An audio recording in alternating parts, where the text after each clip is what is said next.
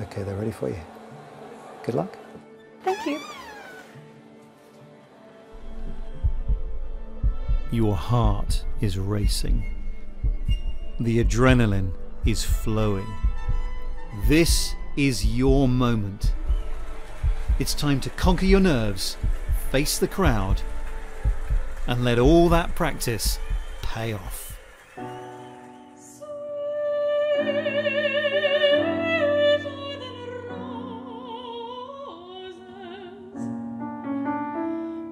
Some say it takes 10,000 hours of practice to become an expert. And for Josephine Shaw, this performance is part of that journey as she blows our socks off with a rendition of Sweeter Than Roses to a very unusual audience.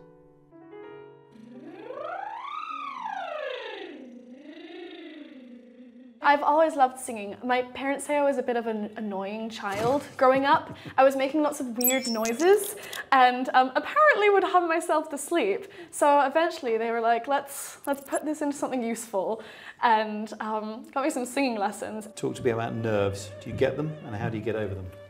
Yeah, I get nerves all the time. Getting over them, it's always a tricky balance. Sometimes the adrenaline helps you, but also you don't want the nerves to affect your singing or your technique if you're getting all tense. Researchers here at the Royal College of Music in London say that practicing and then performing is very different to practicing performing. And so, while it's difficult to get regular access to the real theatres and venues, they can simulate the experience here in their performance laboratory. And that simulation begins before they step out into the lights. One of the things we've learned from our research is that our body's stress response to performance can be as, if not more powerful backstage than it is on stage. It's that anticipation of performance where anxiety can really hit. And this helps us tailor our training to make sure we're not only preparing them for what happens on stage, under the lights, in front of the audience's eyes, but also how they're coping backstage. How do they manage that anxiety? How do they get themselves physically and mentally into a place where they're ready to walk out on stage and give their best performance?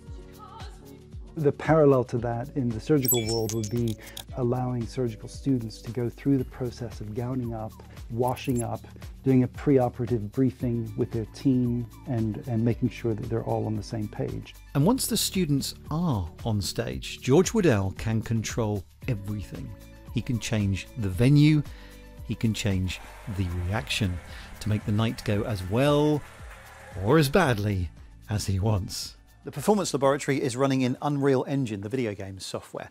Each member of the audience is an individual video games character. They all behave independently and they don't all always show up. I got lucky tonight. And what's really interesting about this space as well is there are 64 speakers hidden in the walls and ceilings. So if you change the venue, that changes the acoustics, which forces you to change your performance. Getting that sense of the acoustic makes it not so huge a jump when you're then performing on stage compared to in all the practice rooms we have, which tend to be a much drier sound. So when it's suddenly a much bigger space that you have to fill, it's great to get a little bit of an experience of what it might sound like ahead of time. So there's the prep, there's the lights, there's the sound, but let's talk about that audience. It's a weird crowd in tonight, I can tell you. We want to test our performers' focus. We want to make sure they can hold it together. So that might be very subtle, a little cough perhaps. And it might be more dramatic.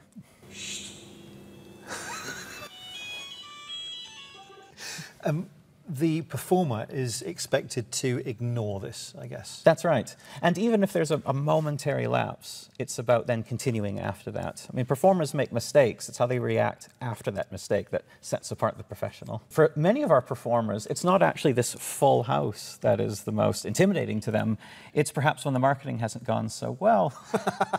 And there are just a rare few in the audience. This can be quite intimidating, trying to bring that energy to a sparse crowd. I've been there. Well, I think we've all have, unfortunately.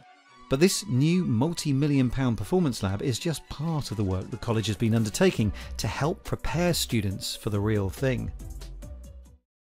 Heart rate and breathing monitors measure activity and stress levels. And special glasses can even track the musician's eye movements to find out if they're being distracted mid-performance.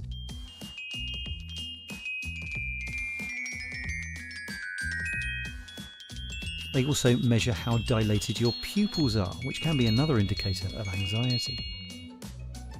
Now, it is possible to practice more than just musical performances here. Public speaking, business presentations, the venue and the audience are ready for any type of rehearsal. And then there's this lot.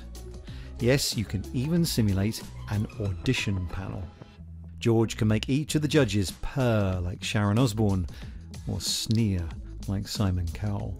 So what are we going to make of this little stand-up routine I knocked up with the help of ChatGPT?